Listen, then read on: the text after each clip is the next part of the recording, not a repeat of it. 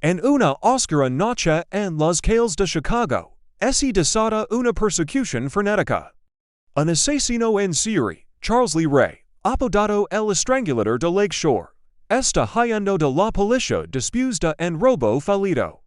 Con las sirenas hablando detrás de él, Charles corre desesperadamente hasta una jugueteria abandonada.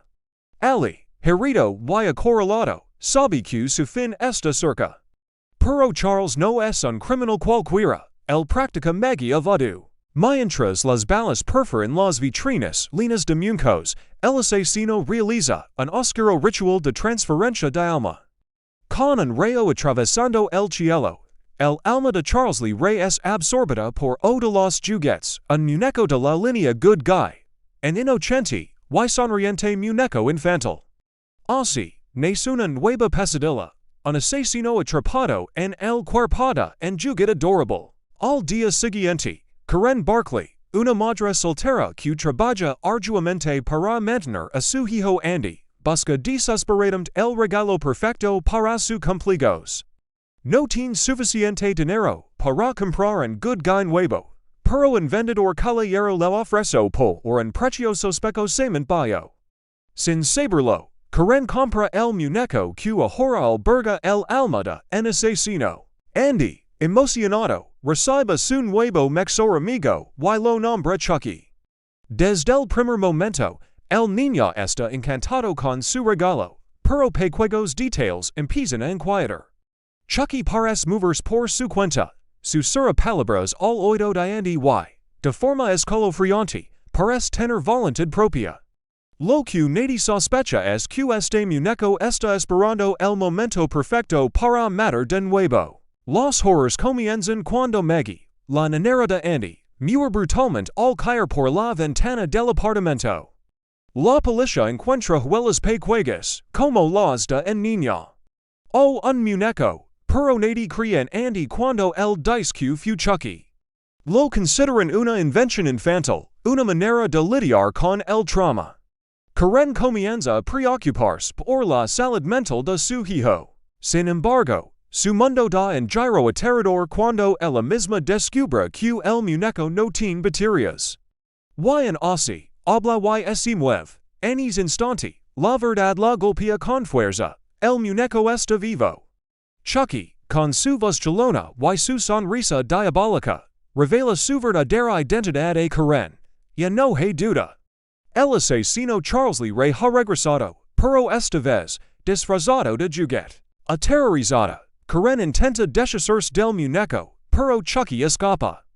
Ahora libre, el asesino en miniatura comienza su propia búsqueda. Necesita encontrar un cuerpo humano para transferirse y escapar de su prisión plástica. Pero no puede ser cualquier cuerpo, debe ser el primero al que reveló su verdadera identidad. Y es Andy, mientras Karen busca ayuda desesperadamente, Chucky sigue al niño hasta su escuela. Ali, en una escena escalofriante, ataca a Andy, dando un rostro de destrucción. La policía en duda de la historia, pero el detective Mike Norris, el mismo que persiguió a Charles Lee Ray la noche de su muerte, comienza a atar cabos. Al investigar la historia del asesino y su conexión con el voodoo, descubre que la amenaza es más real de lo que jamás imaginó. En paralelo, Chucky visita a su antiguo maestro de voodoo, John, exigiendo la ayuda para completar el ritual de transferencia.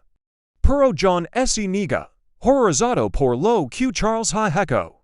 Él le revela una terrible verdad: cuanto más tiempo permanezca en el cuerpo del muñeco, más humano se volverá. Y eventualmente, quedará atrapado para siempre. Furioso, Chucky lo tortura usando en muñeco voodoo, hasta matarlo. Ahora, el reloj corre. Chucky tiene que pasar a Andy antes de que sea demasiado tarde.